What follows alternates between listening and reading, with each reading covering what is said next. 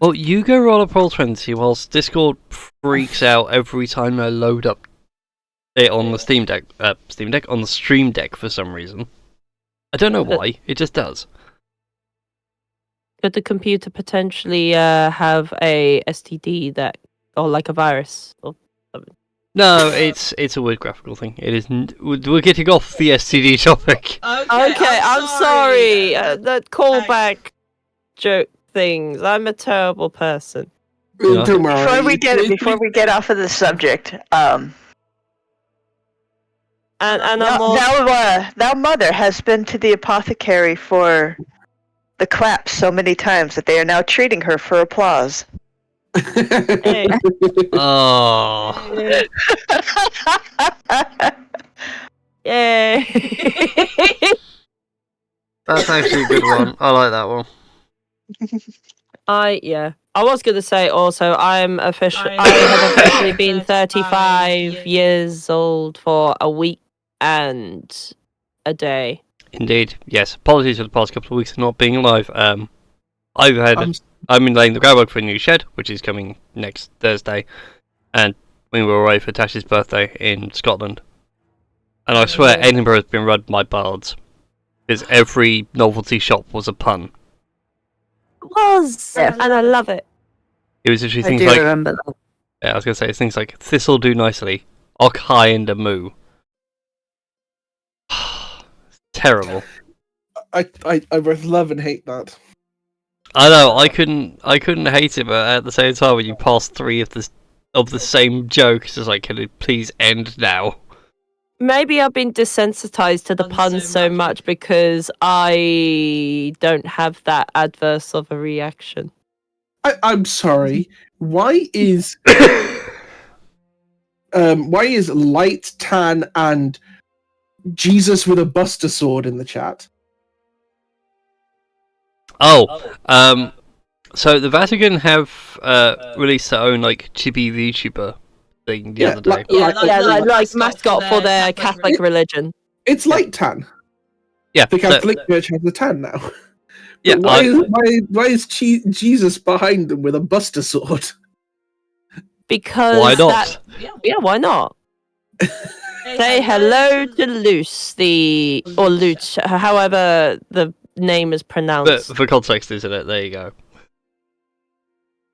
I've been seeing all those memes on my Facebook page, and I find it very amusing. Like this is deeply like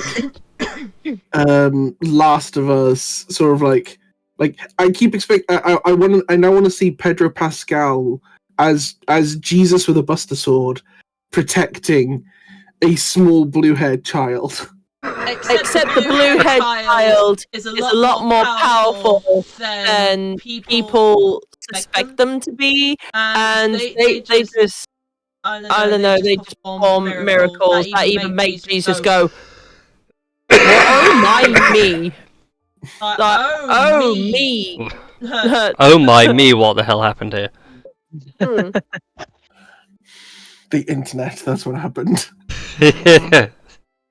Hopefully the Vatican hasn't visited Rule 34. Yeah, they've already started on that. Nope, we are not going anywhere near that. I know we're not, but just anyway. So, welcome everybody to D&D. Last time, this wonderful band of chucklefucks had returned from, I want to say, the plane of water. Mm-hmm. Almost. Yeah. Having stabilized, yes, by way of the plane of air, by way of magical whale, to having now stabilized 3 planes, we sort of regrouped, recounted the events, and tried to plot your way forward. Realised that, oh wait, the airship's left with Das's sworn enemy in charge. So we shall go reclaim our vessel before anything bad happens to it, only to find that they've been making a lot of side money turning it into a bit of a rave boat. With an added extra in Das's cabin, much to his chagrin. Rave boat. And 3,000 copper pieces. 3,000, or it was either 3,000 or 30,000. I can't remember. I think it was 3,000 copper pieces. But yeah. He says, scrolling up the chat, 300,000 copper pieces. Wait, 300,000 copper pieces? Yeah. Wait, that much? I thought it was a lot less than that. No, it was 300,000. I'm looking at it in the chat. So they made like 3,000 golds worth then? Yes. 300,000 copper pieces? Yeah. Jeez. They have been busy. And those poor students. Look, there were students at a magical university. There was a lot of cash to throw around. I wonder how much it costs. How much an elf scholar's tutelage costs? Like, what are 30 years of uni fees? The DM sighs thinking about how that actually affects this plane of reality. Oof. I mean, technically there's no university for the elves. It is just straight up feudalism. Go serve your liege lord in any capacity you can. I believe, as possibly a socialist person, not quite sure, that education should be accessible to everyone and not just for the few, like, fortunate people that have enough money to do so. Oh, but for the elves, money's not an issue. It's just, how much time do you have? All of it. But in any case, we last left off with you all sailing off in your skyship towards the Iron Mountains. There's thinking. Something along those lines. Mm-hmm. I should go to where you guys are on the labelled world map. Did I even leave myself a marker? No, I didn't, because that would be a smart thing to do, wouldn't it? No, you have. We were in the Azalon Bay. Yeah, no, but I didn't leave a mark of where you were heading towards in terms of Iron Mountains. Oh, vaguely north and east. I mean, it's close enough to what I got planned anyway. So you guys have some downtime of a few days to tinker with things, work things out. Okay. As you approach your next target, your next potential artifact to reclaim. Oh, I need to find how many days did Tink and I have already on crafting. We're back on the ship. We can actually do that stuff again. Yeah. Oh, that's right. Also, we have the new fancy 2024 rules for doing downtime activities. But obviously, it wouldn't be applied to this game at the moment. No, but I can use it as a framework to work around. Yeah, that's because the old rules were vague at best. Yeah, they were. Where is those notes? Do. So, talk amongst yourselves. What would you like to do? We've done 6 days. I was going to say, King Captain Das would start, like, sort of converse with Blightbite and Ivor about the business plan for a collection of party ships.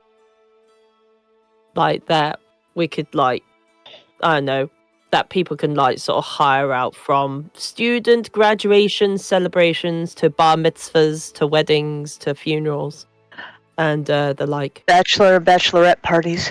Yeah. Which may have been what we walked into. I mean, complete sex dungeon. Because Zoppa made a polyamorous wedding company after everything. Yeah, she that was did. Zoppa's whole backstory. She made a polyamorous wedding. Mm-hmm. Yeah. Yeah, you have this conversation with Blightbite, and he looks at you and goes, "So you want a tithe then?" What do you mean a tithe? Wait, what do you mean tithe? Right, well, you're king now, right? Yeah, I am So rightfully you're king. demanding tribute of me, which is technically a tithe. Oh, yeah, words. Yeah, I'm still learning the kingly duties of a king, but yes. I mean, a percentage of that will go to the tithe, and a percentage of that will obviously go to like the crew and everyone else who has worked very, very hard to create the business as is, and then there's a small portion that I don't want to elaborate on too much, but let's say it's going to really good cause and it will like hopefully create a better future for Kumo for years to come in the untimely event that I would somehow pass away or be on my deathbed or just essentially expire. So you're making a republic then? Okay, I'm just going to be plain and simple with you. I may have accidentally done things with a nymph, and they may at some point later on bear an heir to the kingdom that I have. Look, we were in the Feywild, we were under the influence of some very weird things. I don't want to know. King Captain, that's... sounds weird to say that. I'll just pay the share that you want me to pay. Okay. As long as Das does not say anything else about his extracurricular activities. Pretty much, yeah. No bribery or blackmail. Yeah, I was gonna say. If anybody needs blight bite, it's gonna be somewhere alone, screaming into the void. I mean, we'll work out the numbers as we go along. Eppa's very good at numbers. He can probably like help us work things out. But yeah, for the time being, yeah, that's more or less the plan for the business. We just have to get a good business model going, and then promote it like wildfire, and then there we go. People will flock, and yeah, we get a lot more revenue.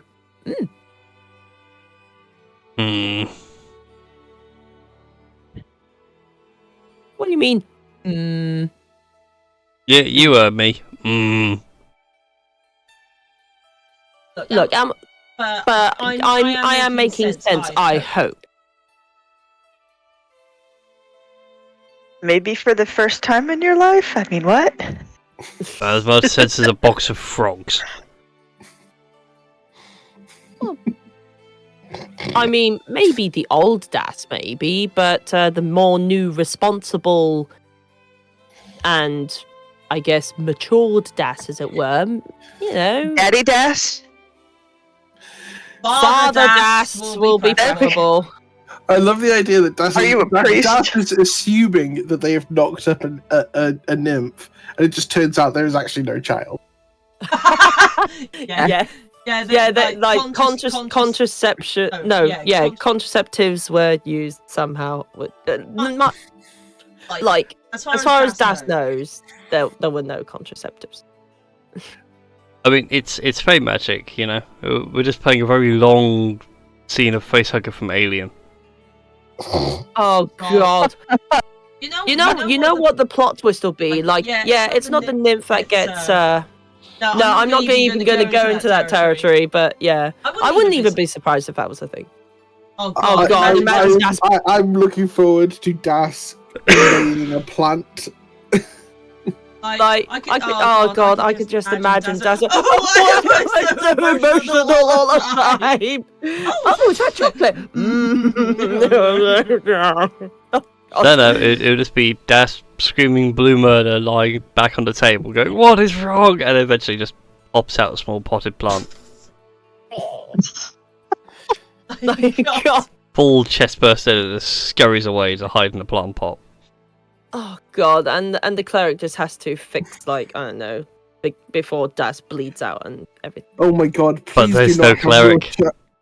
Please, let's not have your dryad child imprint on my potted petunias.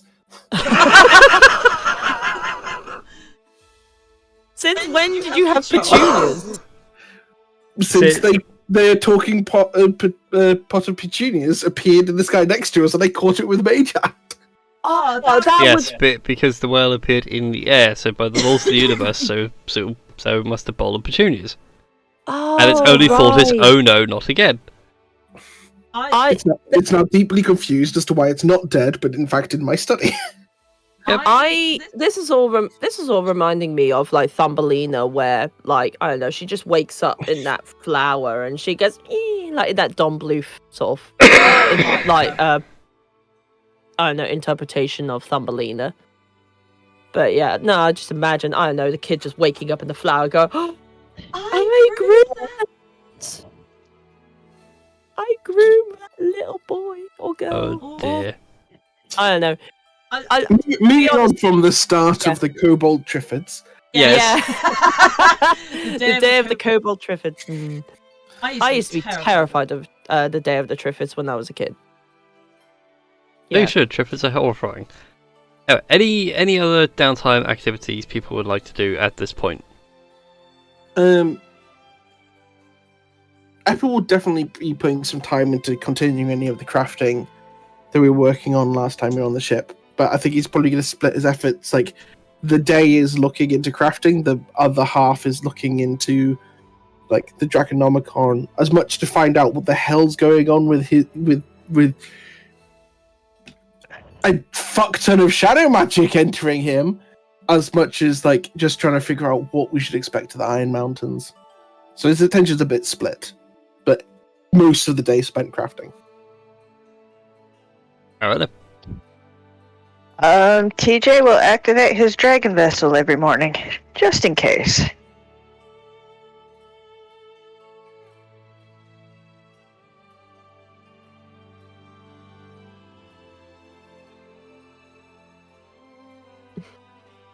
I just responded to Twitch chat. Yes, the ads do suck. There is a way of doing it. I forgot to do the thing. So, sorry, everybody joining the stream, you'll have to suffer with ads. Boo. As opposed to STDs. Let's not have that conversation flare up again. After your few days of travel and you get closer to the Iron Mountains. You not asked Tink! I was going to say, what was Tink doing in all of this? Brian. I apologise, I was trying to move things along. Tink, anything you'd like to do over this downtime? Not that I can think of. I'd thought of something to make a little while back, but it was so long ago I can't remember what it was. So, I'm sure it'll come to me at some point. Shall we just shove that in on crafting time, and when you remember what it was, we'll just say that while you're working? Retroactively do it. Yeah, that's what I mean. It's like, well, I can't remember what it was, but it was something that I was like, that'd be a good idea to make, and then an item that will conveniently save us from Evanrath. Maybe. Who knows? Either way. Make yourself a luck potion.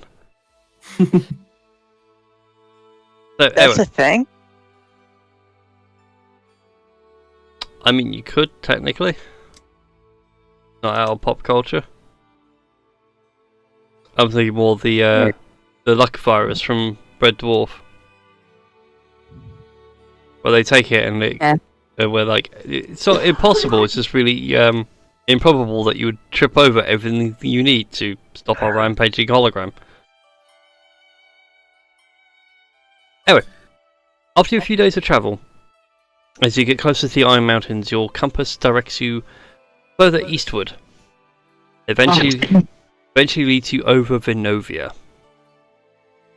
A small, humble little town. Mainly settling itself around sheep farming and woolen goods. The centre of the town here has a modest square with a small statue dedicated to a small halfling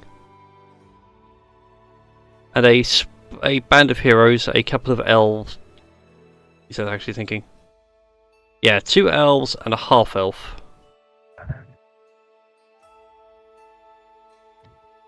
Are dedicated here around a fountain. But as you come into land, the town itself is eerily quiet. A fine mist hangs over the floor, and whilst the time of year is autumn, it is colder than it normally is.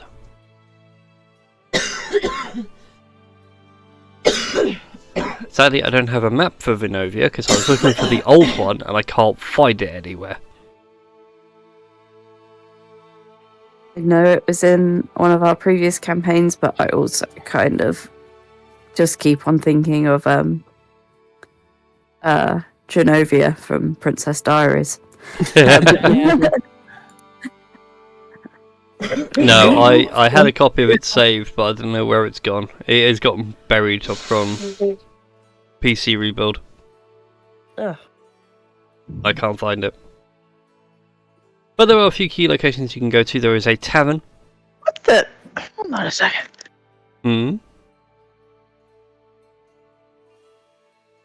I think Marie may have something to have. No worries. Yeah, so yeah, there's a couple of places you can visit here at Vinovia. There is a small little tavern known as the Woolen Hearth. There is also just up the road Okay.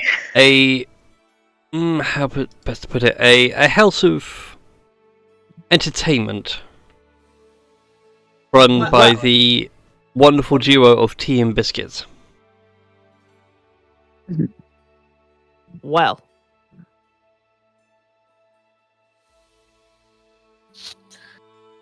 Would it be uncouth for us to tie the ship to the statue in town?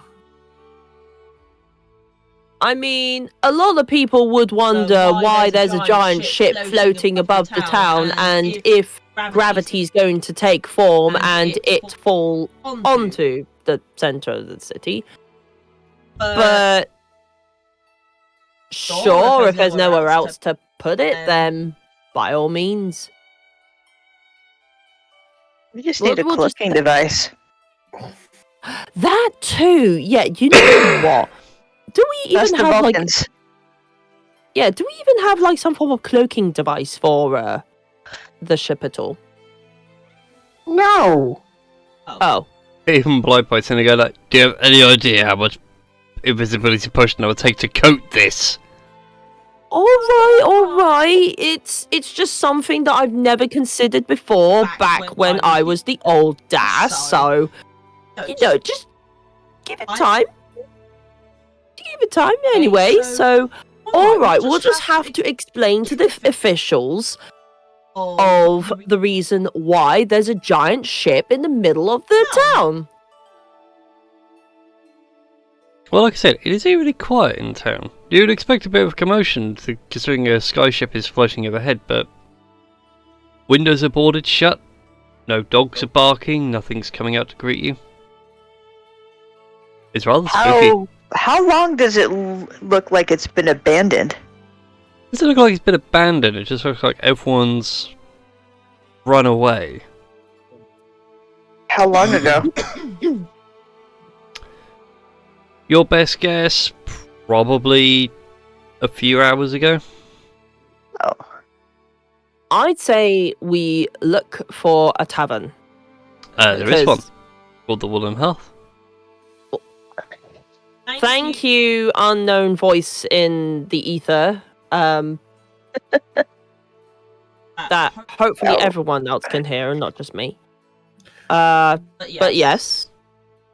We should probably go to the Woolen Hearth, see if there's anyone in there who can explain why it's so eerily quiet.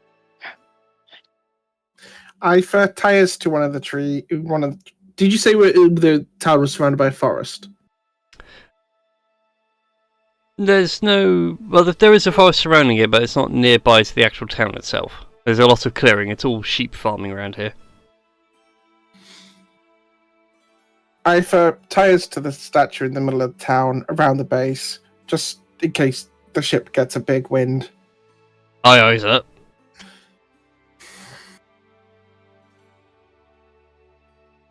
It's always so indignant going down the rope ladder. He sort of just flops a rope, one of those like rope ladders off the side of the ship that's like 100 foot long, however long it needs to be. If you want, you can go down the anchor. If I wanted to, I could just jump off the ship and float. I was just trying to be practical.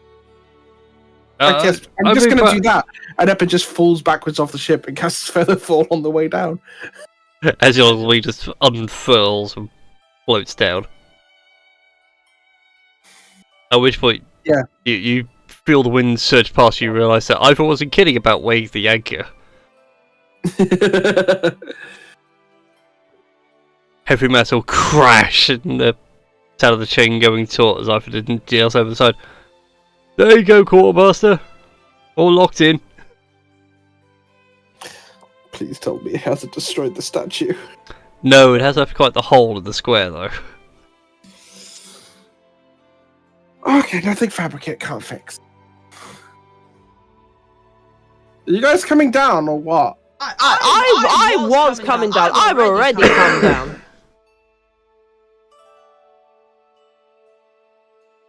So, I assume you're going to the wooden hearth. Yeah, I feel like that is a logical. Okay. The first of many issues for you all around here is that the wooden hearth is built for those of a small nature. As you open the door inside, you can see and the occupants of the town are the majority of gnomes and halflings. For those of you who are medium height, which is right now Rex, TJ, and Tink. I'm forgetting character names today. I could just throw up the thing and I have your stat cards. But yeah, you three, you've got to duck and sort of awkwardly crawl through the space. Meanwhile, Das and Eppa, this is great. It's warm, it's homely, it feels amazing. You can smell roast pork on the fire, there is malt beer. A lot of people are surprised though when you come in because you are definitely not from around here. Well, of course we're not from around here. We're on the other side of a continent at some point. We don't hear banjos playing, do we? Close. You hear a fiddle somewhere. Is it a golden one played by a certain demonic being? No, sadly it is a slightly less impressive silver fiddle. Okay. But yeah, as you all enter, the focus of the room shifts from their own conversations over to you all entering. And the elder of the group comes and approaches you and goes, "What the hell are you doing here?"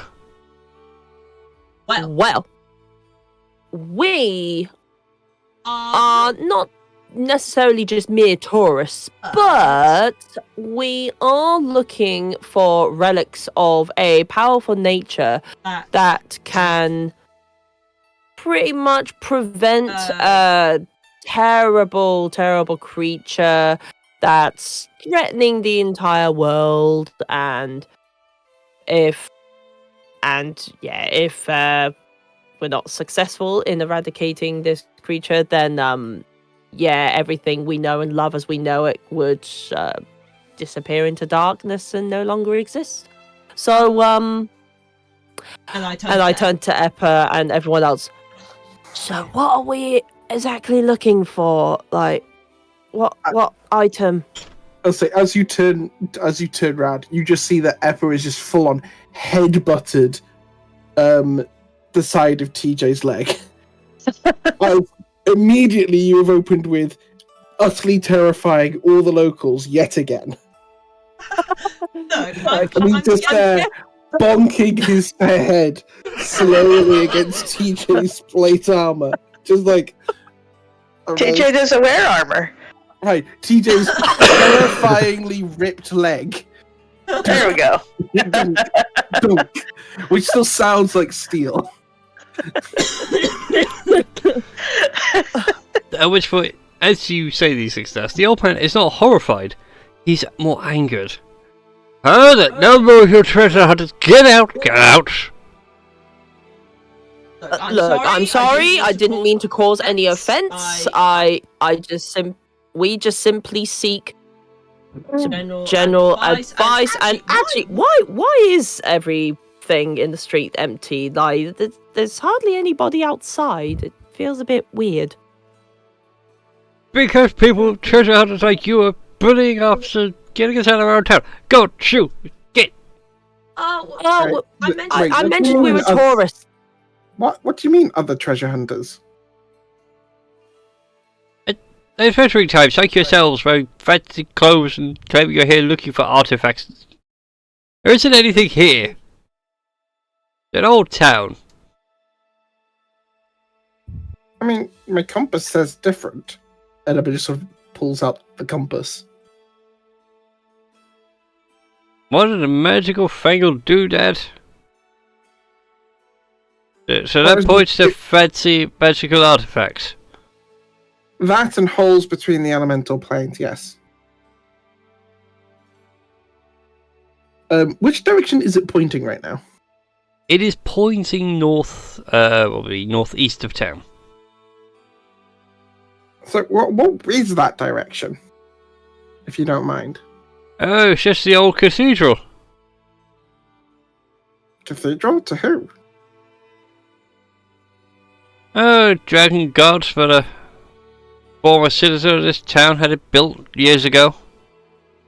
Wait. Dragon God? Which one? Which one? The dragon god, Io. Oh. The big one.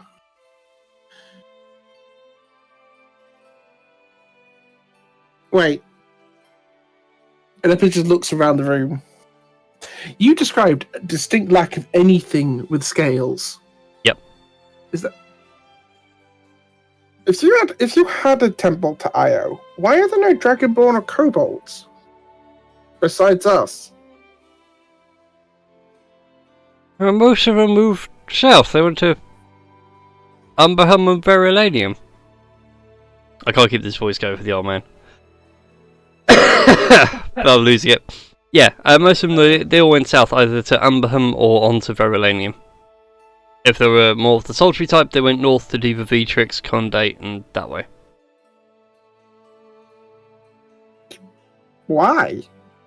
Like, did something happen, or did it just happen over time? There's something that happened over time. Those of us that stayed here, more folk, the simple folk, kept happy with our farming. Do well to market trade from passing traffic. Speaking of traffic, are any of you good with heights? All of them look Feel around and that's it's the like, exact opposite. what was that? Sorry, Christy? I feel like that. Epi saying anybody good with heights, I would feel like that's probably go down to like really, really low depths.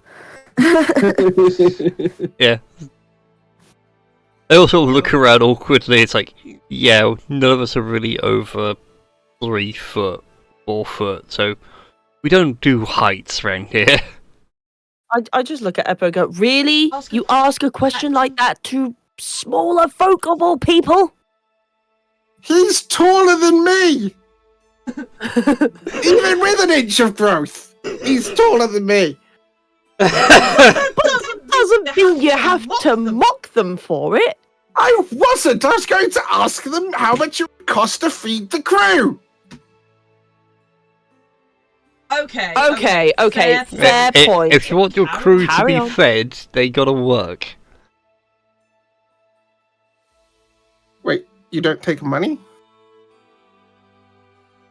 I mean, we're not shy of coin right here, but we'd rather people put in some hard work. What do you want from them?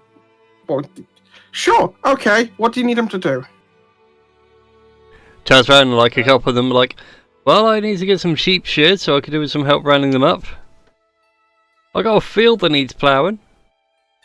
I got a roof that's leaking. There seems to be plenty of odd jobs. If you'll feed them whilst we're about, there's going to be a half orc. His name's Eiffel. Just talk to him. He'll give you some lads to work on things. 1 second, I'll be back in a moment. And Ebbers just uses message to get Eiffel to sort all that out, so the crew ain't like fed whilst we're mucking around, and not starve and sell the ship as party space again. Yep. Yeah. That's fair. Alright, so Northeast Cathedral. Also, I don't mind the flying ship. Yeah, definitely don't mind the flying ship. Flying ship or flying ship? Yes. Well, Ebba just steers the elderly gnome to the door and just tilts his head up. Oh, that flying ship. Okay.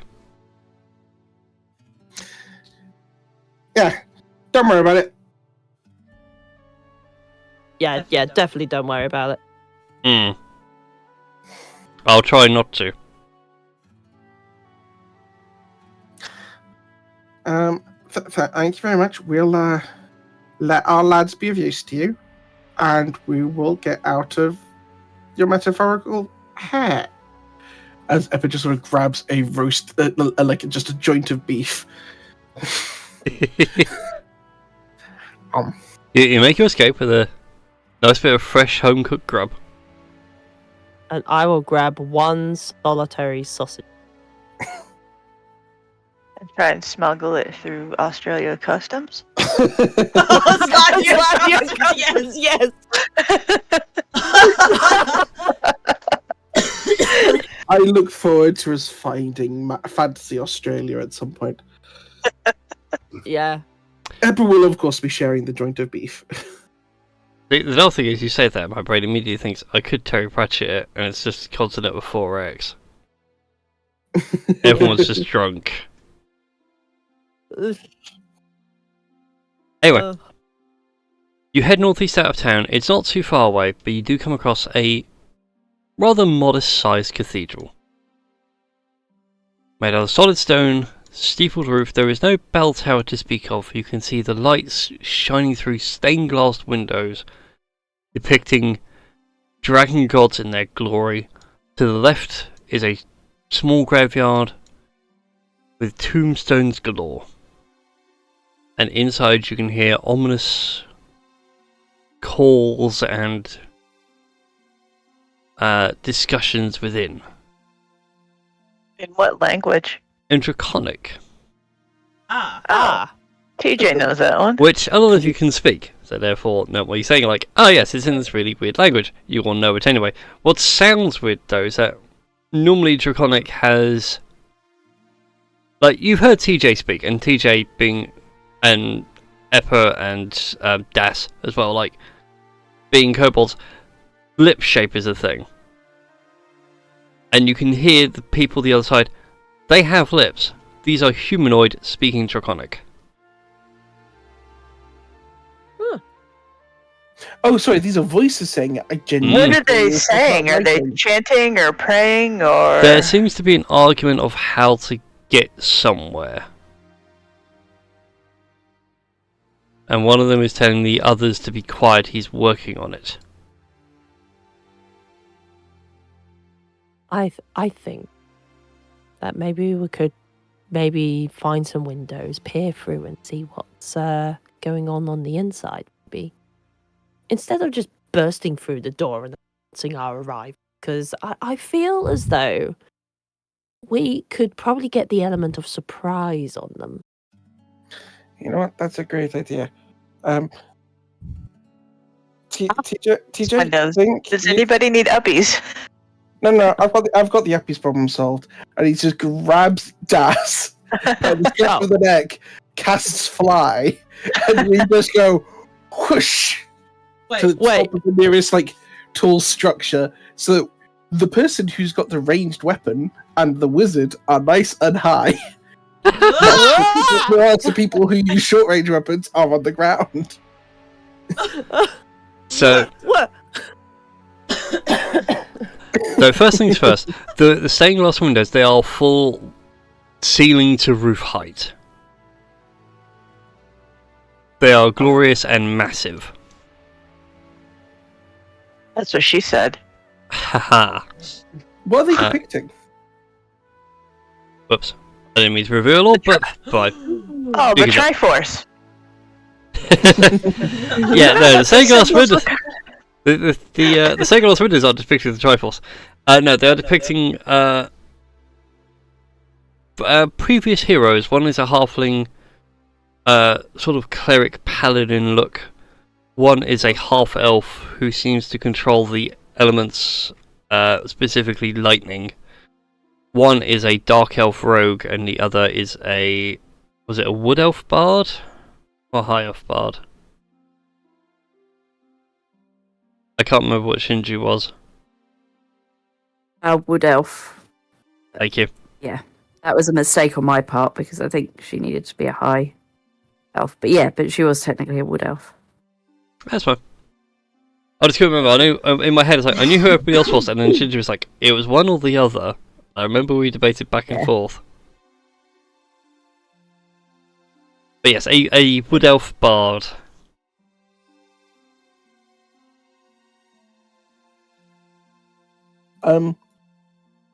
Is there like an opening in the roof or something that Eppa and Das could sneak into? There is a spot you can sneak into and get onto the rafters. I would like everyone to make me a stealth check if you're going to be sneaky and peering in through things, as, well, windows can be seen through both ways.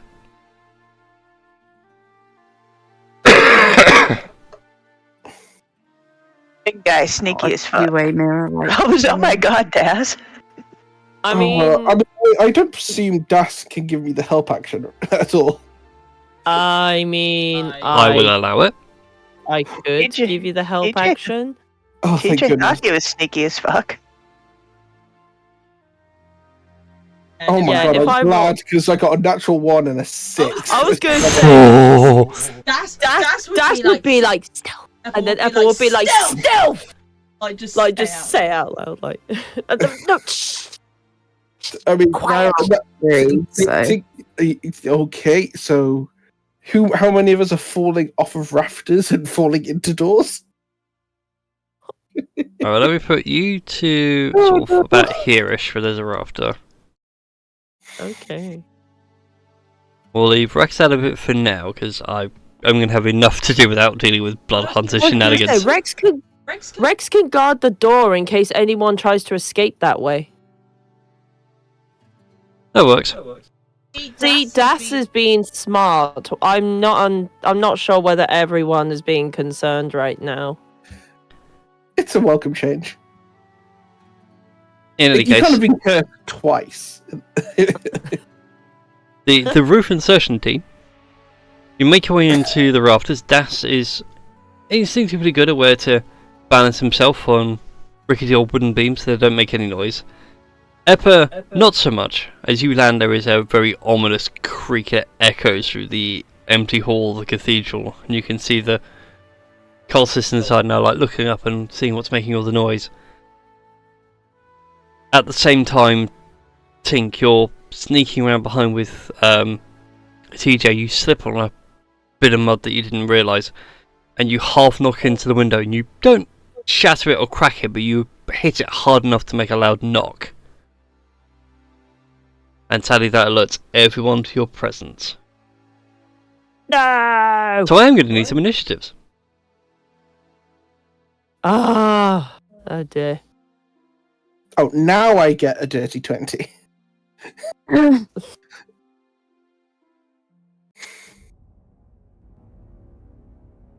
25. Jesus wept. That's all right. I'm probably going to miss all my shots.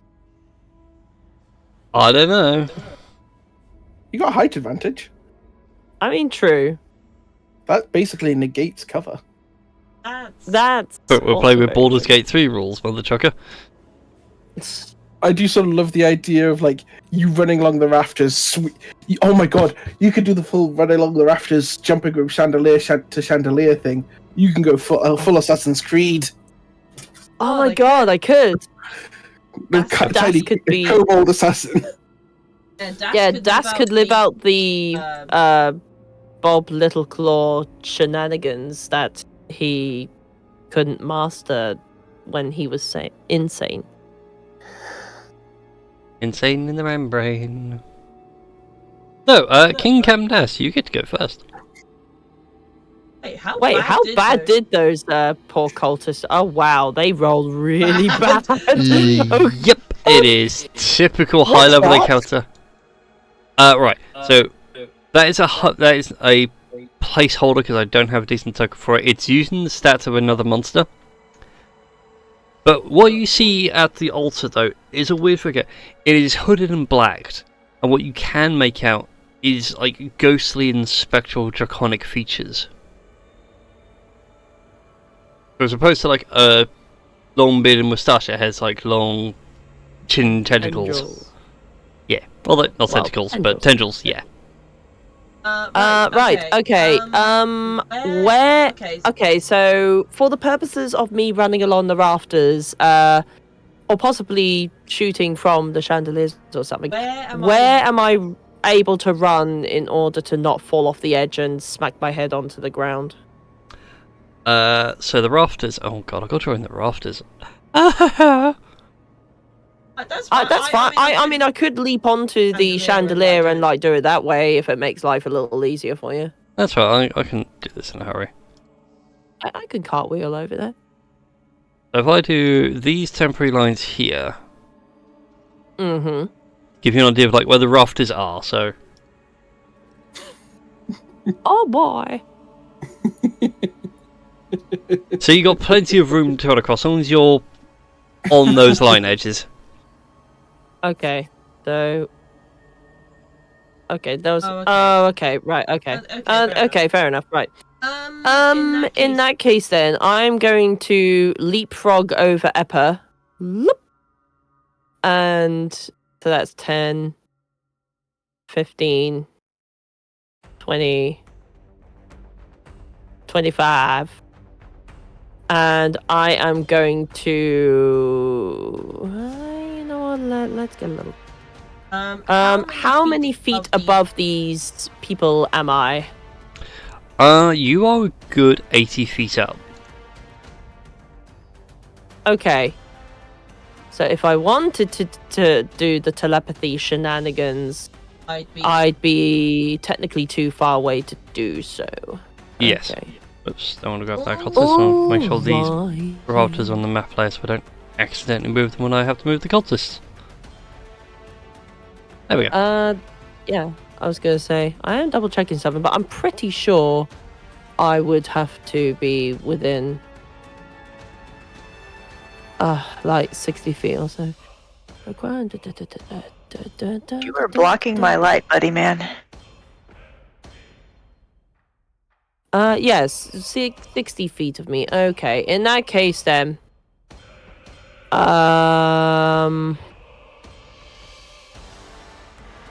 could I try and make my voice sound ominous enough to, I don't know, try and almost kind of like a distraction. Actually, I'm a bard. What spells do I have?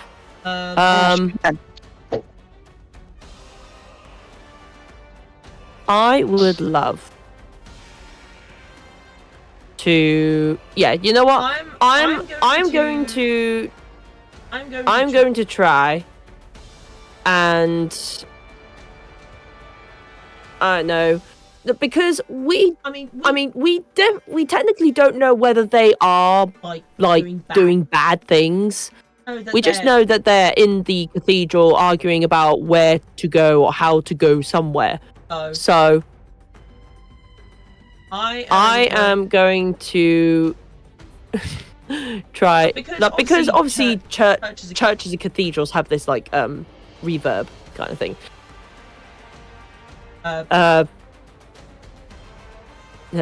Yeah. All inside this cathedral, hear my voice. No evil shenanigans shall be conducted here unless you want to experience the full power of Io and the almighty Io power of light. Is there like a performance or like a deception or? You can give me a performance if you like. Okay, because I think my performance is better than my deception. Can I roll it with advantage or just normal? Because I haven't been seen yet. Just give me a straight performance roll. A 16. A few of the cultists are rather concerned. The one that's by the altar, though, looks back in just your general direction. He doesn't know where you are. And he doesn't really speak as such. The voice just enters your mind, uninvited. Oh god, he's got telepathy, but super telepathy. That's cute. A god thinks he can punish me. Oh, go on then. Smite me. See what happens. Wait, have I just been promoted to a god? Oh no. Wait. Does Eppa hear this as well? Is it just me? Is Eppa within range? This is an excellent question. 60. Yes, in fact, I think you'd all hear it. Yes, you would. All of you within 120 feet will hear that. Yeah, so everyone would have probably heard Das's attempt at, I don't know, being all godlike. Everyone heard. Well, no. Were you saying or doing your telepathy thing? Your telepathy thing's to one person. I was saying because the telepathy thing was a bit short. Yeah. Because it was like 80 feet away from. Yeah, so you'll hear Das's vain attempt at godhood and a very creepy thing of like, oh, smite me then, I dare you. I'm guessing that will be my action. Yes. As your action. You shall be smited in 6 seconds time. Mark my words. Ooh. Make my turn.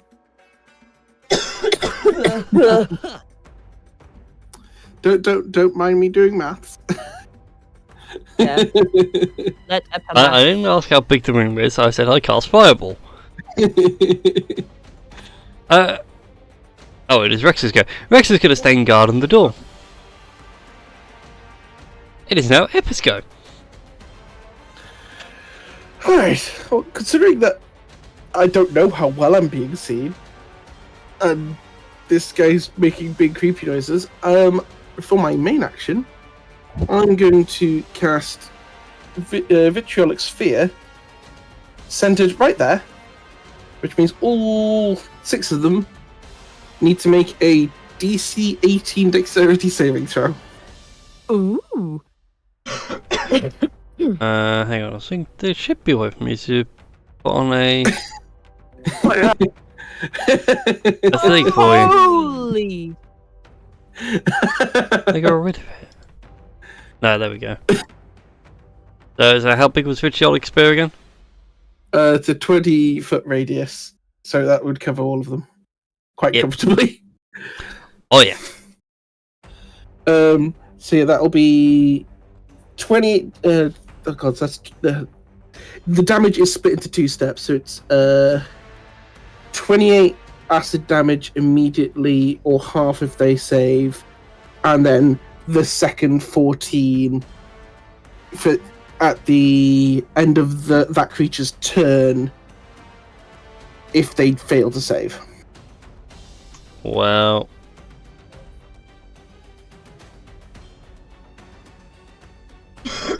Are you within... Oops, no, I don't draw a sphere. I want my line back. No, so you're out of range for that. So I can't stop you, which is irritating. So dex saves. Oh, this could be fun.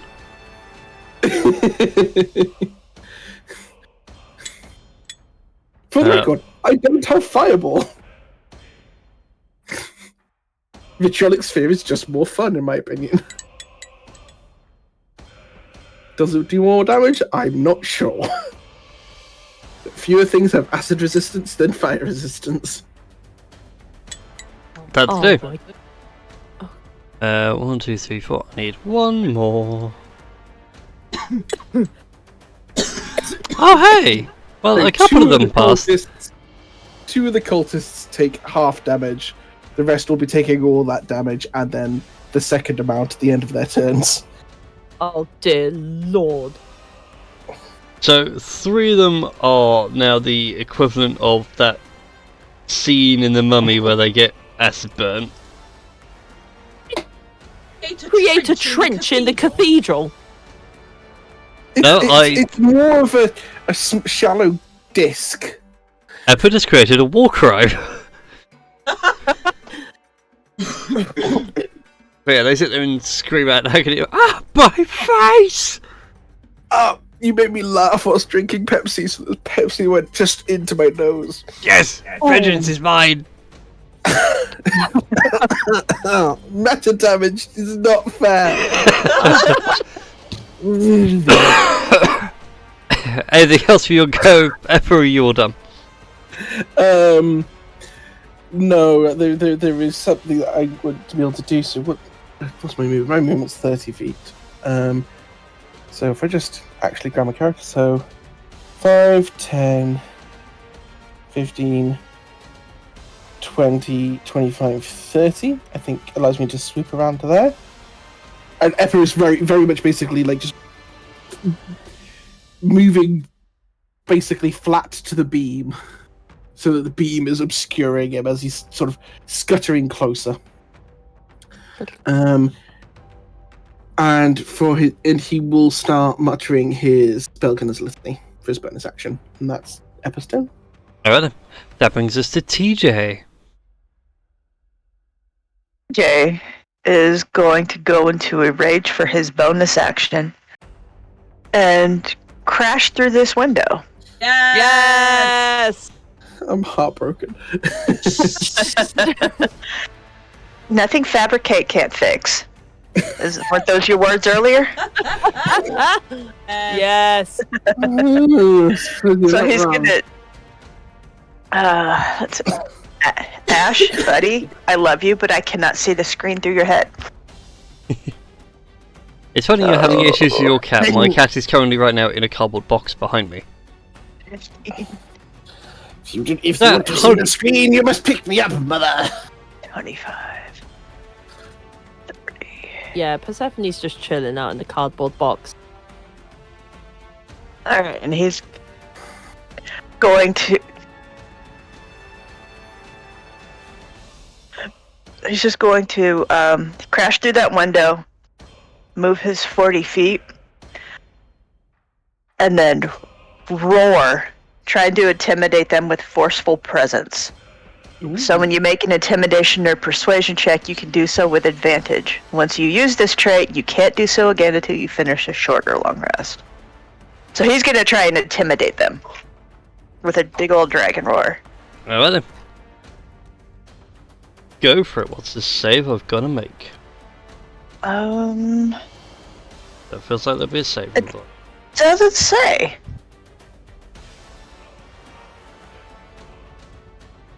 What's the exact wording? Oh my god! Doesn't matter. Oh dear lord! Snake eyes, baby. Wow. Oh my god. Lord. I wish we had inspiration. Oh shit! Oh shit! Oh my god! No, not bardic inspiration.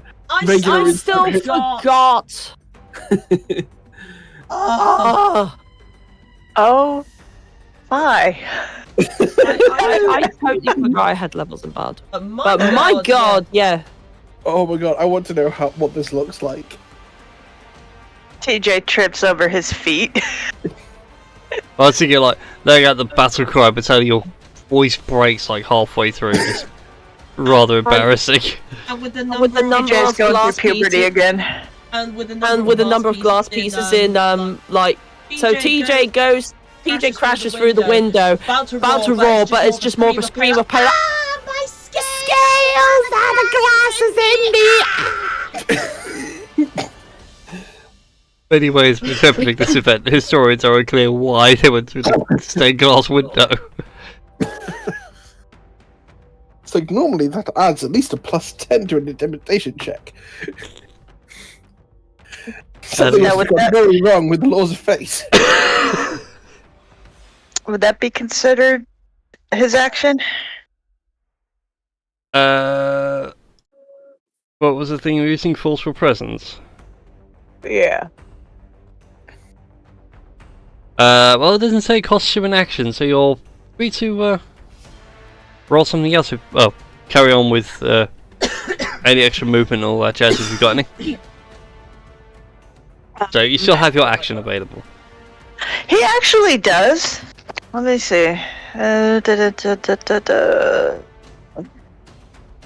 It's been a long time since we've played, so I'm having to resort to my cheat sheet. Instinctive Pounce. As part of the bonus action you take to enter your rage, you can move up to half your speed. So he's got 20 more feet of movement? Yes. 5, 10, 15. He's going to move here and try and get both of these chuckleheads. With his breath weapon. So he stumbles across the cathedral, saying "Ow, ow, oh dear Lord, ow," with the glass, and just Stupid, dumb idea. Stupid, you saw nothing. Bang. well, And it is a DC 16 deck save. Oh, it says DC 17. Oh, DC 17. Oh, Mm. okay. I will not argue with D&D Beyond. Oh, that's because we've leveled up since I created the cheat sheet. Ah. Well, that's Yeah, I created 16, so that's a fail. And yeah, your I created the cheat sheet when I first created TJ. So what we've learned is take advantage of their bad DC. So bad deck. Even with a +2 to dex, they're doing very badly. Yeah. Tell me what it is for the breath weapon for the brass. Is it a cone or a beam? It's both now. But if it's metallic, it would be cone by standard rules. By 2014 rules. It's metallic get cone, chromatic get line. Cool, makes life nice and easy, so I need to make another one. Okay. Oh, nice. Oh Yeah, my. rolling well. Is there a way you could possibly get 3 of them? Oh, if you want to angle it that way, you can get 3. Cool.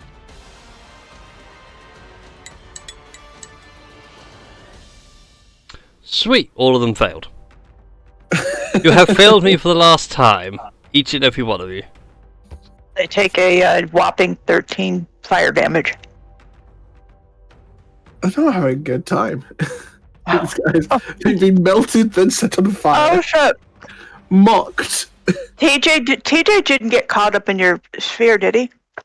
No, it would have resolved before you Okay. went in. Like, you're walking over melted bits of floor. Now. That'd be worse than the glass. with glass. Yeah. Yeah, two of them. See, now I'm kind of having a flashback to Die Hard, where he cuts himself on the cuts his feet on the glass, drags himself into a bathroom. Let's just be honest. John McClane was not having a good night. No, he wasn't. I tell you now, whenever someone says Die Hard, all I can hear is Rick and Morty in my head. They do a whole Die Hard piss take. In any case, your breath weapon flares out, and two of the cultists fall down into a heap as charred ex-human.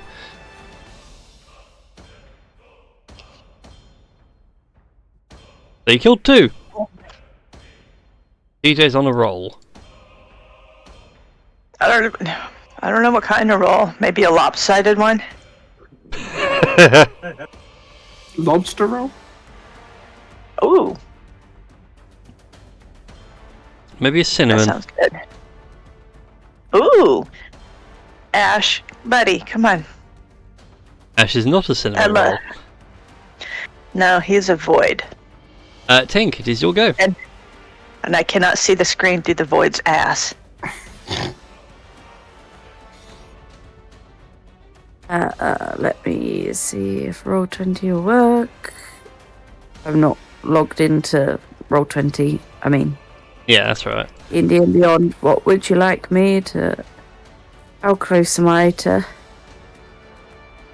people? So right now you're 10 feet outside the window that TJ has broken through, so you have a way in.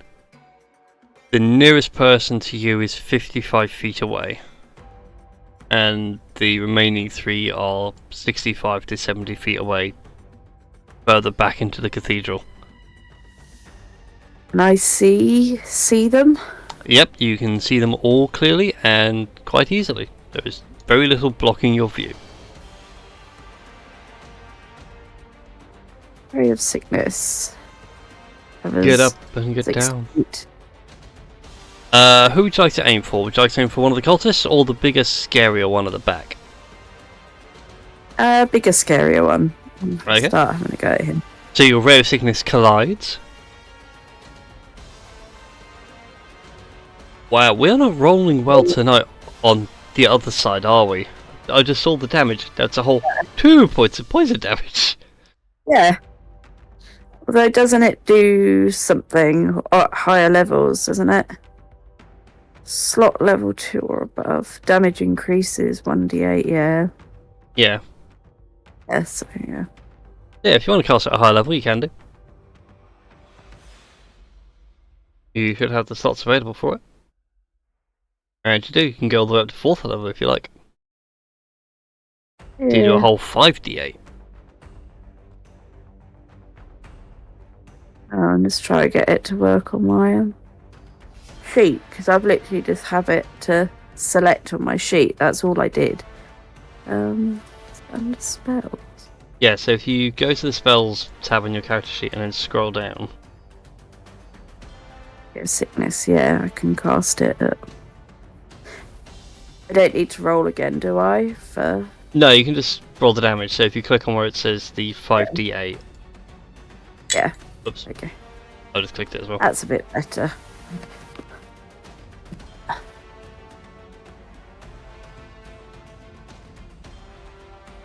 Oh, that is much better.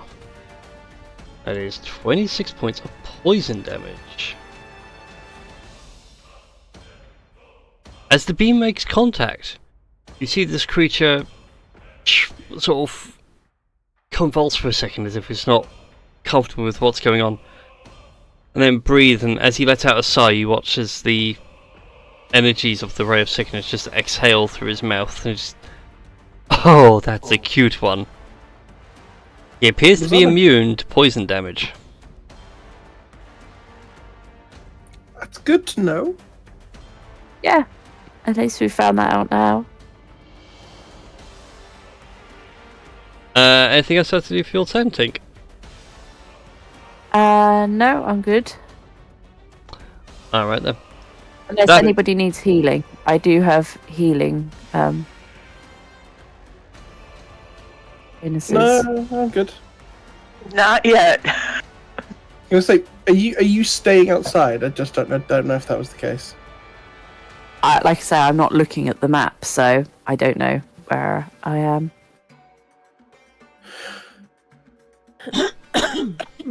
Well, I'll the stay map outside. currently has you outside the cathedral, outside the broken window that TJ broke. Yeah. I'll stay out there for this turn. Alright then. Next up is the cultist. The strange hooded one is going to launch some arcane bolts at TJ. Ooh, is this a leveled spell or a cantrip? This appears to be just a cantrip, Miss. as it is something he gets to do as a multi-attack available action. Okay. Oh, which means I couldn't count the spell. Never mind. Yeah. So that's one. The second one is a 26. That hits.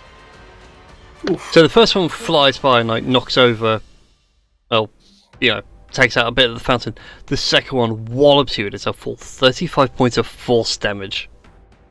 Yeah, because force damage isn't what he's resistant to now. Not a lot of things are. Just lets out a telepathic command that you all hear, and it seems generally aimed at you all. Eliminate them. They will serve the one. That brings us to my little fanatics. Oh, at the end of his turn, he takes 14 acid damage. Thank you for reminding me. I have a feeling a lot of my cultists are about to die, so I don't know which one saved. that's for me to know and you to find out. Right, TJ, one is going to come running up to you with the dagger. The first one is a 15 to hit. Nope. And the second one is a 12 to hit. Nope. Whiffs and a whiff. Pass me dead ones to him, who is actually looking a little bit better. So he is going to... Do we want to... Yes, we kind of do. This one back here is going to cast Spiritual Weapon. Oh, cute. Yeah, I know, I need something to place as a spiritual weapon. A big old dildo. His spiritual weapon, not your spiritual weapon. Oh, right.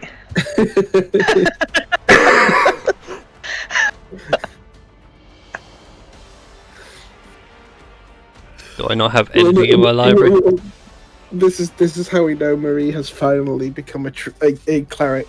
It's just a manifestation of 100 floating spectral dildos, reading them as they walk down the street on a bad day,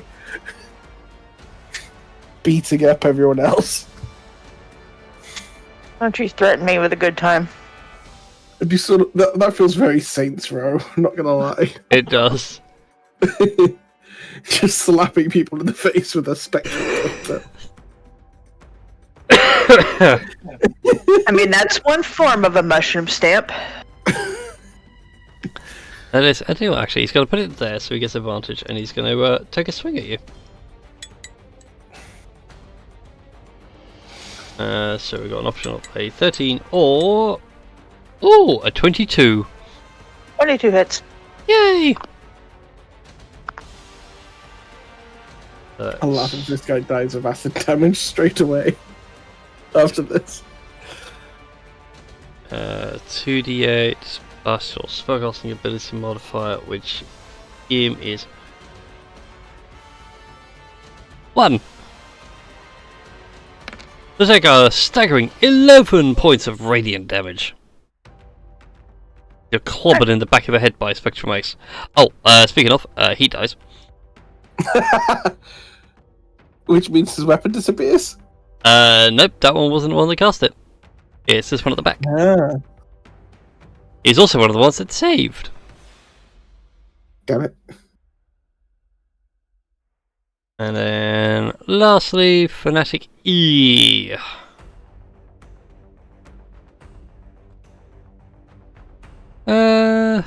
5, 10, 15, 20, 25, 30. Gonna come around to here, try and get a good line on Das. Rude. They can see where Das is now. I mean, I did say loudly in the church that they shall experience our wrath, so... Yeah, but you were up in the rafters. It doesn't matter, I rolled 3, so... The rafter burns with sacred fire, and because he failed his save earlier, he also dies because of the acid damage. I love that spell. It looks so good.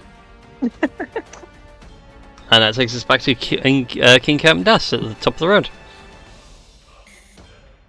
In a hopefully loud, booming voice, Das will, I don't know, try again at Godhood and go,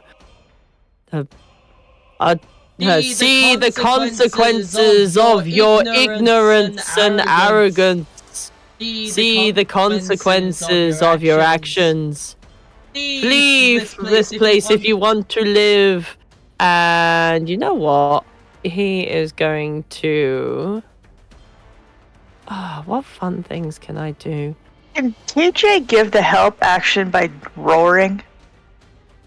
To kind of emphasize Das's words.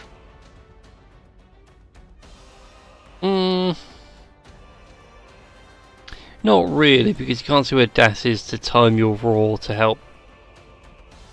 It's kind of echoing through the chamber. Okay. I really would want to cast Dissonant Whispers at the guy at the back, but I feel as though they're pretty powerful enough to be like, yeah, I'm just gonna fly swat this psychic damage, that kind of thing. Yeah, sure. I'm gonna cast Dissonant Whispers at the dude at the back. Your mother was a hamster, and your father smelled elderberries. They need to make a wisdom saving throw, please. That's a natural 1. Going around. Just getting into the role of, I don't know, gods or whatever, and go, I am the protector of this cathedral, and you have angered me as such. Since you refuse to flee, prepare to face the light of Io. And I want to say that guy is frightened by me. He's immune to being frightened. I mean, for all I know, I could just be dumb. Well, you're aware your spell connected, but you're aware that there was no fear in his eyes. He has no eyes. Okay, so I was wrong about the spell. So they take the psychic damage and must immediately use their reaction if available to move as far as its speed allows away from me. They don't obviously move into dangerous ground. But they have to essentially mess off as far away from me as possible, even though I'm up in the rafters and 5, 10, 15, 20, 25. Get it away from me! So another one of the mad ones. So they're not frightened of me, but they do have to run away. Run away! Run away! Run away! Well, it begins to run away. Anything else for your turn, Das? Was that you all done? As a bonus action, I would like to give TJ some inspiration, the bardic inspiration, and goes, go, my disciple of light, smite these ignorant fools who desecrate this temple. TJ will roar again in response. Alright then. The T-Rex rolls in response. Rex sits outside the door and just be like, I really wish someone would come through this door right now. It will make my day so much more interesting. Purr, it's your go.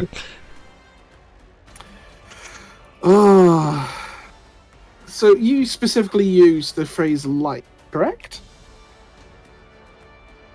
When you were threatening them. Oh yeah. I was totally doing that. Cool. Epi's going to continue scrambling for another 30 feet. He's going to use his action to cast where is that spell? He's going to cast the spell Crown of Stars. Ooh. Which was not meant to immediately roll dice, but fun. So I was going to use my bonus action to attack him with it this turn, but essentially, so Crown of Stars. I think the only person who's really going to be looking in my direction at the moment is Das. So Das will see 7 motes of light appear and orbit Eppa's head. Oh. At which point one flies like a bullet towards that guy. With a 26 to hit. Yes. Dealing 23 radiant damage. Ow! I could just imagine the voice is real. Oh, why did I desecrate this temple? Well, he's officially bloody now as your motive light smacks him up against the door. He's like, "The hell was that?" Is there anything that suggests that he has a weakness to radiant? No, he doesn't appear to be weak to radiant damage. Damn. Either way, I'm going to continue with the role playing of Das's big intimidation stuff. And that is all of Eppa's turn. Alright then. But yeah, I have 6 more uses of that on my bonus actions. Yeah, Crown of Stars is a good spell. Alright, that brings us to TJ. Right, TJ has just enough movement to get here, and I realize he'll take an attack of opportunity. So you have multiple attacks in a turn, don't you? Yes. You can just take him out on the way. But what if I wanted to use them all on this guy?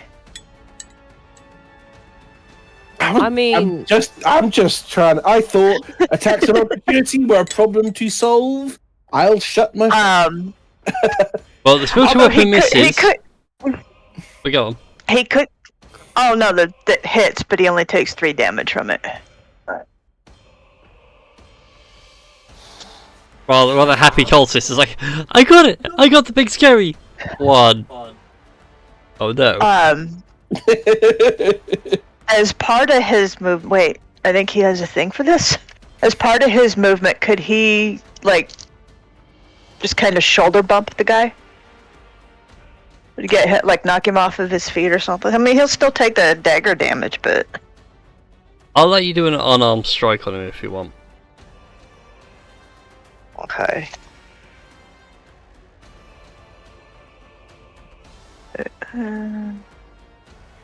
Days like today, I kind of wish that TJ had the gauntlet on. Bit. I bet 13 misses. No, 13 hits. Oh. They are but puny cults. So he's not dead, but when he realizes, I stabbed it, he just sees, the fist coming at him. He's like, oh, wait. Angry fist. Alright. Reckless attack, here we go. He is going to... It's gonna be glorious. He's gonna take a couple of swipes at this chucklehead. 24 hits. Oh god, Betty. So 18, including his rage damage. Mm-hmm. A 24 will hit. Again? God. 13. They're my guardian of light. Of course. And then as his bonus action, because he's a polearm master, he's gonna use the blunt end of it and just kind of clock him under the chin. With a natural 20! Oh no. Guardian of Light! Smite them from where they stand! Okay, so I think that's 1d4 plus strength damage. So 2d4, you double all the dice. Alright. Oh my god, we've just utterly crushed this fight. I mean, I don't know if we were meant to, but yeah, pretty much. So 13 more points of damage. Okay, he's still standing, but this pale imitation of a Dragonborn does not look healthy.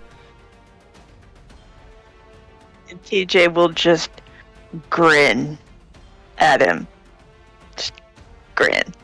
Little bit of smoke seeps out from his nostrils from his earlier breath weapon attack. And he'll just get right in the guy's face and grin.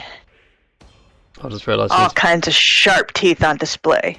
I just realised. And then his turn there. Cool.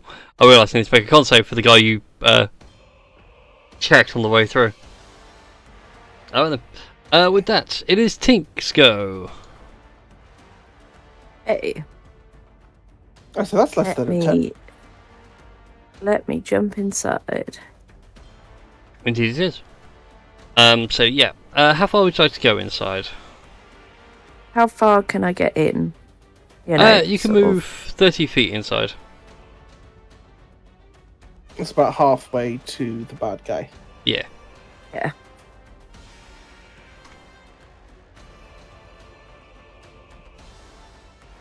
Also, are those triangle things big triangular fountains?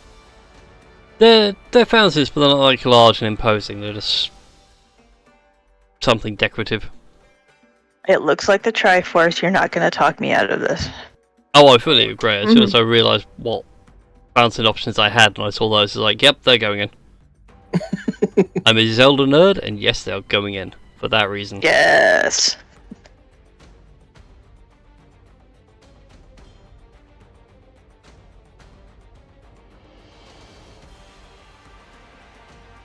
If thingy will load. Yeah, now the bad guy is 55 feet away from you. TJ's basically got him pinned to the wall. And then there's one remaining cultist who is 45 feet away. You know what? Hmm. Okay. I could have pushed him 10 feet away, but that would have just smashed him against the wall, right? Yeah. Would that have caused damage? Like, is it worth pursuing? No, it wouldn't have done. Okay. There wouldn't have been enough movement for damage to be done. Okay. It was a nice thought. I'm trying to do flaming spear at him, but it won't let me select to throw it, if that makes sense. Or have I got to do a dex save?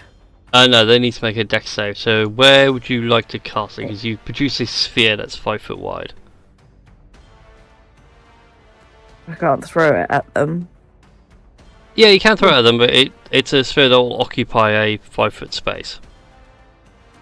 Again, I haven't got thingy up, so just place it somewhere where it's away from all of us, I suppose. Okay, that makes sense. Actually, I have a thing for this. I have options for this. What's the range on Flaming Sphere? 60. So that... Yeah, that's... And I was 55 feet away from him when I was outside. Yeah, so the furthest and now I've come range 30 is... feet, so... Yeah, the furthest place you can probably chuck it is essentially behind him, so you can't run away. Give me a sec.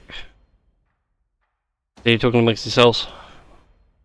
Digging through my spell templates. I have one for this. I'm throwing it at him, so... Oh, wait.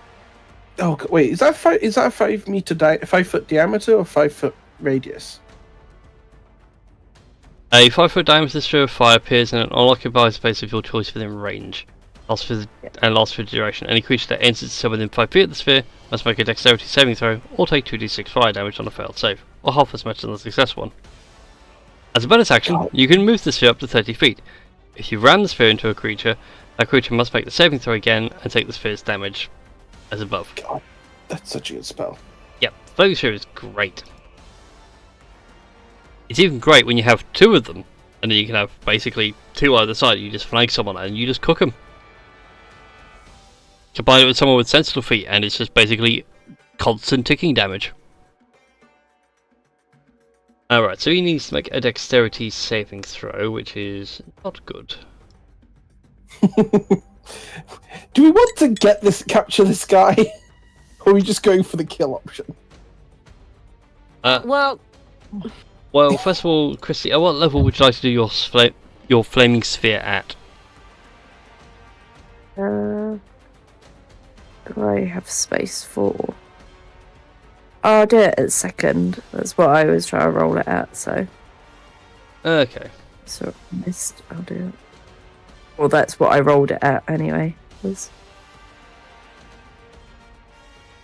right then, so yeah, it takes 7 points of fire damage.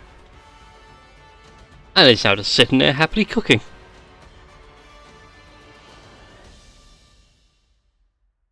And annoyingly, you are out of his range. He can't counterspell it.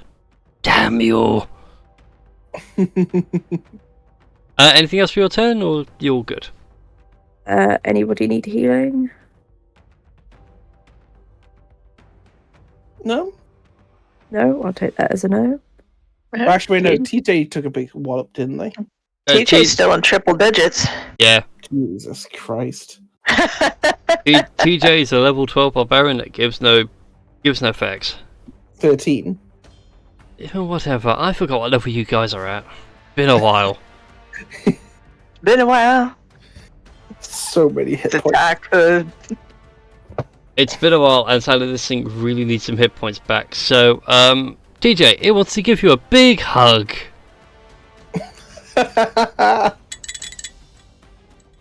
Oh no. The first one is a 24 to hit. Yep.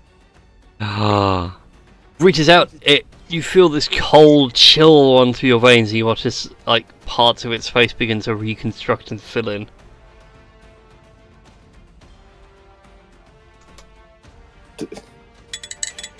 Out of curiosity, does it now look like TJ a little bit? Because it's been eating TJ.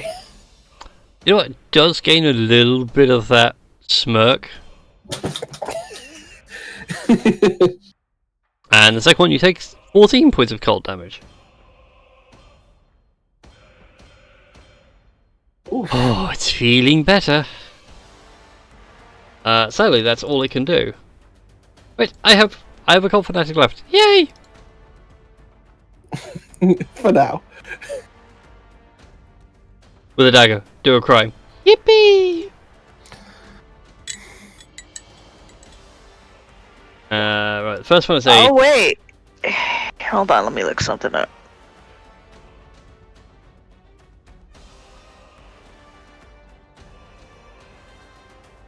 No, never mind. Sorry, I was thinking of something else. Carry on.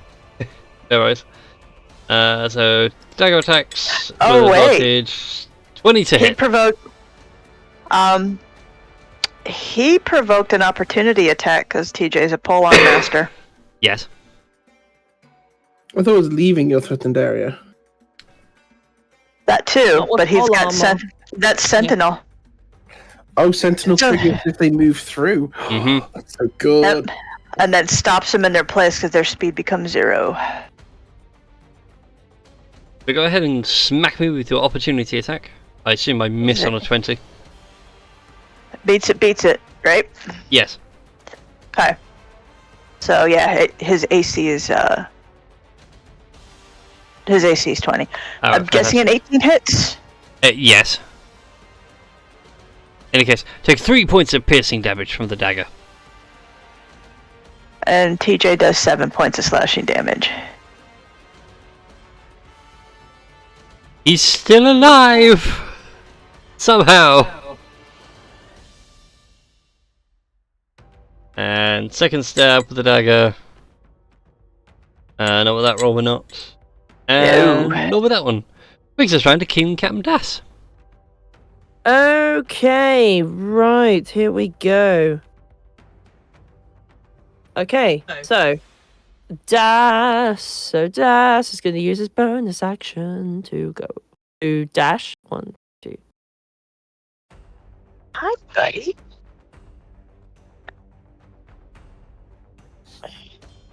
Uh, 10. 11. Okay. And with his awakened Shiro's claws in bow form. I mean, I could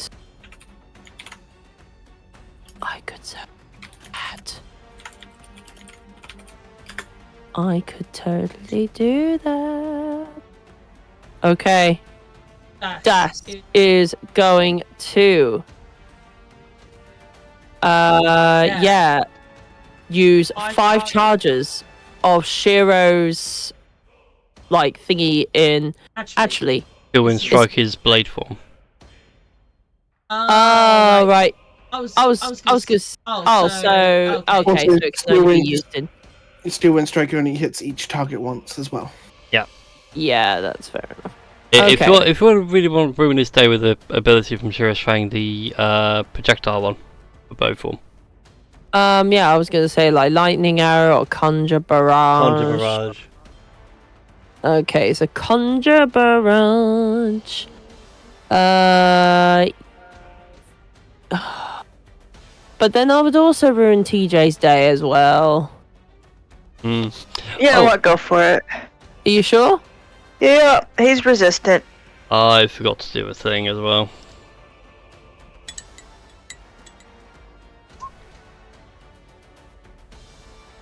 Yeah, I forgot to do a thing. Someone took 2d6 damage to Flaming Sphere, being sat next to him. Right. Okay. So let's carry on. Okay.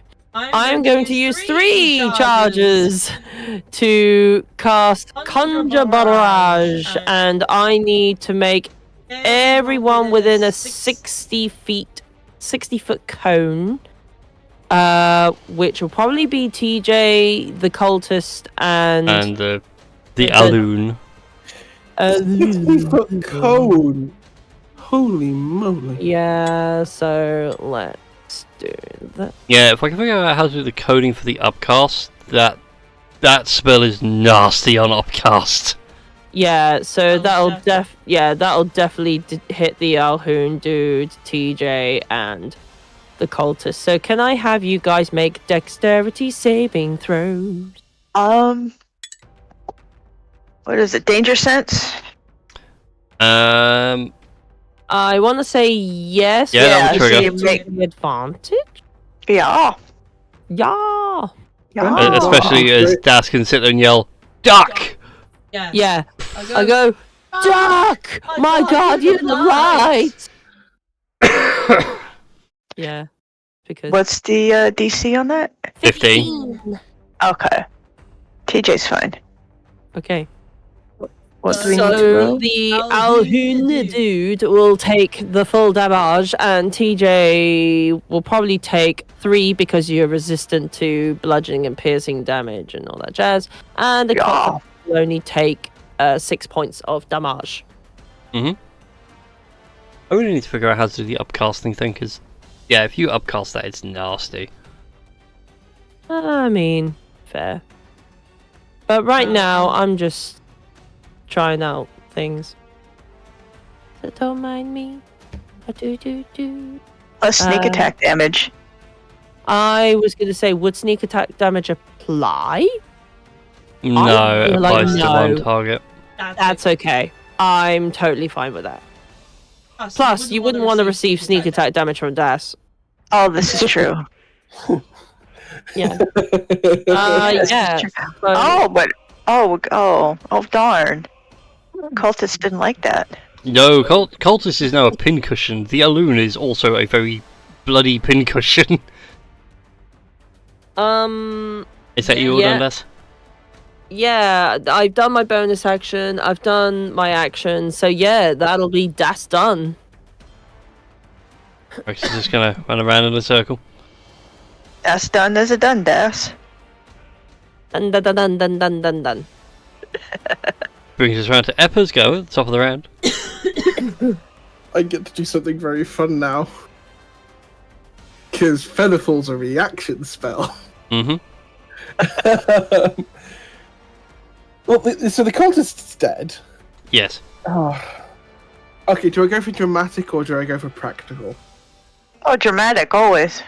Always so dramatic. Fantastic. Eppa's going to go 5. And then jump. He's going to reaction cast Featherfall. So he's currently in midair, and I imagine probably about there with his full movement. For his action, he's going to start with a shot of his pistol against the Owlhoon. Shot with his revolver. I'm assuming being in midair is not going to give me any bonuses. No. Apart from a dramatic one. You look damn cool. That is a 24 to hit. That'll hit. You look like Thomas Wayne in Elseworld Batman. And that's for only 7 revolver damage, sadly. I'm also then going to use Toll the Dead, so they need to make a DC 18 Wisdom saving throw. We're sort of good at those, so that's alright. Not good enough. That's 26 necrotic damage. Oh. And then it's the bonus action. Begins to shrivel away. Is it looking at me? I would like it to be looking. It's only looking at you right now, yes. And I'm going to use my bonus action to use Crown of Stars, and of course that's the moment I get a natural one. Oh, and I didn't give you Bardic Inspiration. As it falls... PJ still has it. Yeah, he does. So you wouldn't be... So...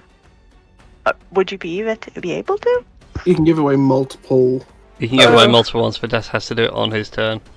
Yeah. Okay, Nice. cool. So I mean, unless a 12 hits. No, sadly, a 12 definitely misses. But yeah, he falls to one ear. He falls that last crown, that final Crown of Star shot you're hoping would end him, just blasts into the door and makes a hole. Oh, drat! I'll get you yet. Like this is the thing. Like everyone has his little wand in one hand, his revolver in the other. He has the wings out. It all looks very cool.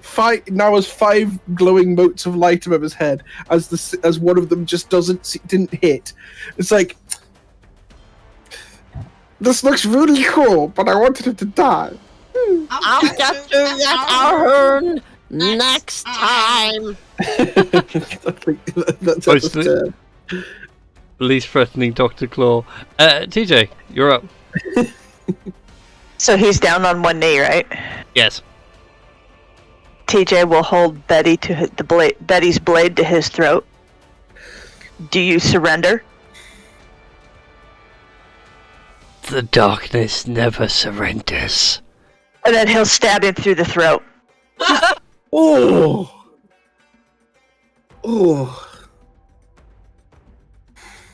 I'm not even going to make you roll for that, because just your base strength damage alone will be enough. Okay. He had 2 hit points left. 2. Oh, yeah, there was no chance of surviving all of the possible damage that was about to come in. So yeah, you just slam the butt of the axe. No, it's not an axe, is it? You use a halberd, don't you? Yeah, the halberd. Blade of the halberd. Up against his throat. Yeah, you just slam it all through. It cracks through the door and just breaks it open,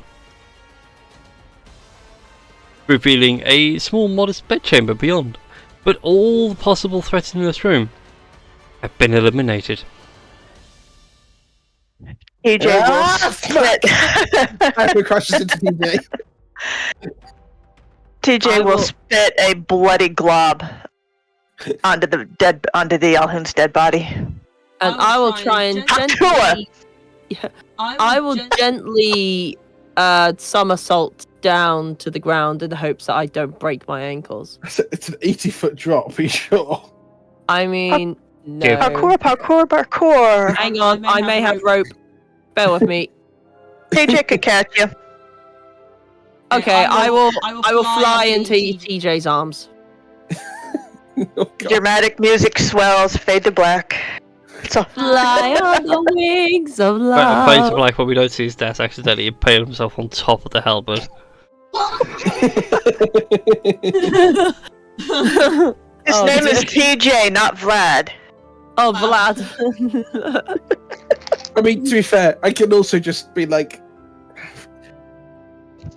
Featherfall. Because it's outlaw casting, it's great. No, I have a bit of flair on me. I can just do that. Right, okay, let's loot these lads and make sure they don't have anything dangerous on them that could cause world-ending consequences. The cultists themselves have nothing. The Alhoon, its body disappears into dust. Right, So no! Ow. There is nothing to loot, just its robes are left behind. Ancient, tattered, and looking like it was essentially a former dead dude. TJ will look at Eppa and ask, is that it? Is he like dead? Or will these ashes come back and try and fuck our world up again?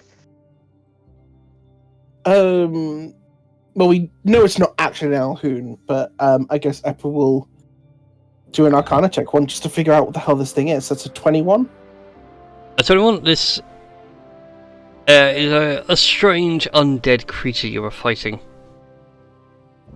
Obviously, these cultists reanimated the bones of a long dead dragonborn to fight on their behalf to gain access to somewhere. Since it's now dust, it can't be revived. Because there is nothing to revive with. I mean, the only thing I can think of is if there's a phylactery somewhere, but it doesn't seem important enough for that. We could always search that room beyond it. The one it was trying to flee to. Yeah, that we could. Eppa is going to just flip open the cloak that it was wearing, just in case there is anything inside of it. I'm going to start going inside the Just room. more dust and dramatic cloak flip. In this next chamber, O King Captain Das, it is a modest chamber. A single bed and a small desk. Not much else. I would like to look on the desk if there is anything on. Go ahead and give me an investigation check. Oh, you were saying, Eppa? I was just saying, if I didn't have a better cloak, this would be very dramatic, wouldn't it? If a bit big. Oh yeah. Yeah, I can't find anything on this desk apparently. It's You want me to try the barbarian lockpick? Probably not. We might, if we can't approach it with finesse, but yeah, right now it's a very nice oak desk. Oh no, it is not just oak, it is mahogany. Okay, it's a nice mahogany desk. My mistake. Yeah. Well, all kept, the drawers and shelves are empty. There's a few notes of service that's meant to happen next week. Just what prayers to use and things like that. Let's see. When Is it using the words next week, or is it actually dated? It's actually dated next week. I thought this cathedral was abandoned. It's not so much abandoned or unloved. How far outside the town was this cathedral? About an hour or so for you guys on foot. Is there, what kind of iconography is there? So yeah, go back over the description of this place. So it has large stained glass windows which depict a halfling cleric or a paladin, you can't tell. A dark elf a dark elf rogue, a wood elf bard, and a half elf monk of some description who has the power to control lightning. The other 3 windows at the far back just depict Io in various levels of grandeur. The largest one at the back pretty much depicts him as a literal galaxy arc across the sky. That's right, Io. Could TJ roll to see if he recognizes any of the other historical figures? Go ahead and give me a history check. Oh, this will go well, because he's such a smart guy. I was like, if you're doing this vocally, I would happily give you the help action. Yeah, I guess TJ be thinking out loud. Because, fuck. Roll again? Even with your bardic inspiration. Yeah, if you're doing it with yeah. advantage, give me another one. Oh god! You know, these people must have been pretty important to have large stained glass windows.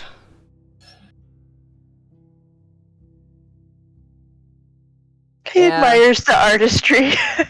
Part of me wants to try a history check, but I feel like it would be appropriate for someone with a bit more intelligence to do so. TJ, did you get hit in the head in the last fight? Not just in the last fight. Okay, 1 minute. Epa just scrambles up a little bit, puts his head against TJ's and just shakes it. Yeah.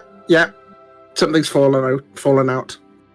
You hear a bunch of stones rattle inside TJ's skull. And they echo. That sounds about right. Yeah. He's kind of hard-headed. I have these service notes. There's like a few prayers there. There's this interesting song that looks pretty good. In the Garden of Eden. Yeah, so it seems like a pretty cool song to do Can I so. do a religion check? I assume a religion check is appropriate to that statement. Yeah, you can go ahead and do that. That's a 25.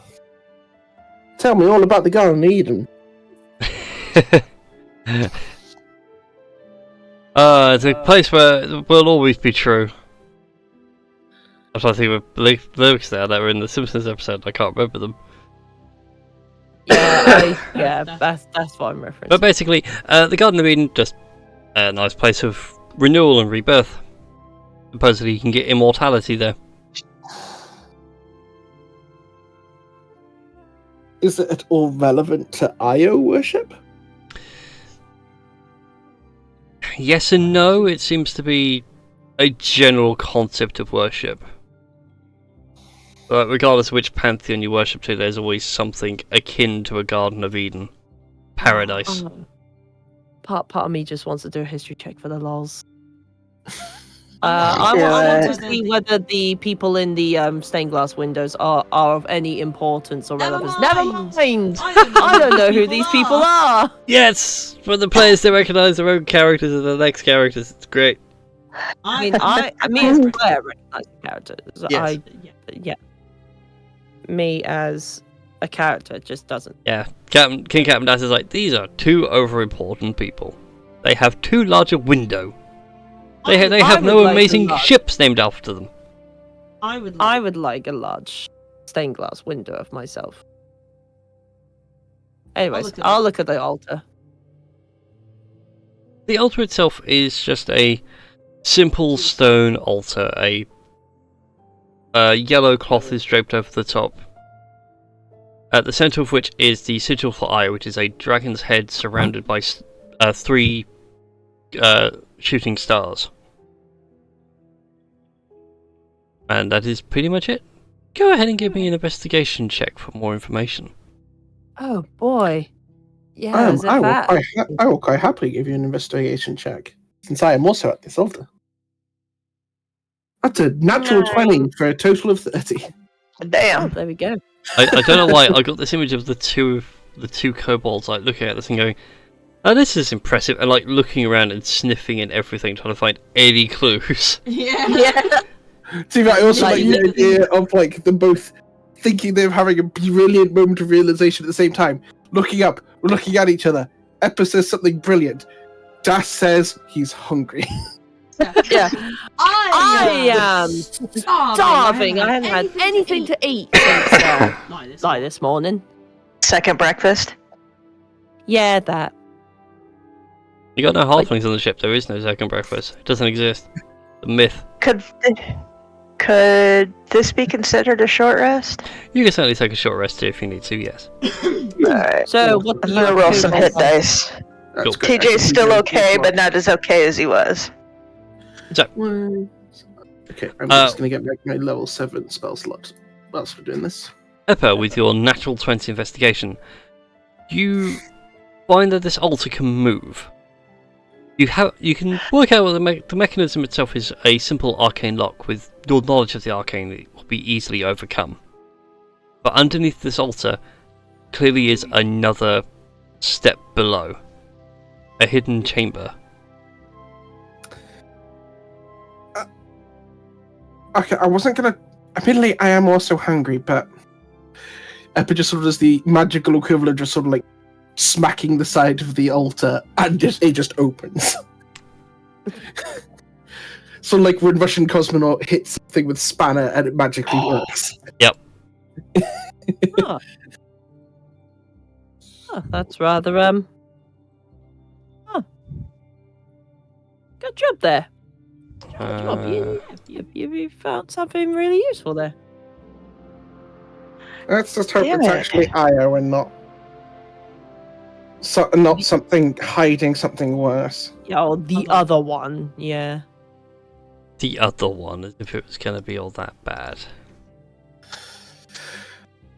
How big is this passageway down? This passageway is 10 foot wide, but only 5 feet high. Alright, Biggins, you're gonna need to duck. And Eppa's just gonna, rather recklessly, plod down. You can't just plod down, like, and expect nothing to happen. Like, oh, goodness me. Anyways, yeah. As you all come down to this lower chamber, you come down the set of stairs, which then sort of split apart and come around back on themselves. Before you stands a statue of the same halfling from before. This time holding out a strange... I'm trying to think of the best way of describing it. Best way of describing it is her hand is outstretched and open, but in that hand you can see what looks like a galaxy of some sort. You know, you can see like all the stars and everything all swirling around. The walls at the top end of this room are lined with dragon iconography and heads. To the right hand side are all the metallics, to the left hand side are all the chromatics. And dead in front of you, behind the statue on the back wall, sit 2 dragon statues, one made of white marble, one made of black marble, that are perfect mirrors for each other. And that's what we're going to pick up next week. I was about to ask a question, or I feel like that I'll have to wait till next time. Yes. Dang. Oh, excuse me. Yeah, I hope you all enjoyed tonight. Sorry it's been a while, but I hope that made up for it. Yeah, that was fun. If you have enjoyed tonight, be sure to like, favorite, subscribe, and all the YouTube and Twitch jazziness. We'll try and keep up with the awesome things later on. Thinking about doing some fun, like, world building stuff. Ooh. As like a side stream. Nothing too dramatic, just me like building up the campaign guide and things like that, and like making character models and stuff. Because hey, it's fun, and why not? So yeah. We can create a model for my potted plants. I don't think I can with Hero Forge, but I can certainly try. At some point, that will become a golem. No. All I need to do is go visit Aelin. Yeah. Alright then, everybody. We'll see you all next time. Bye-bye! Bye! Bye.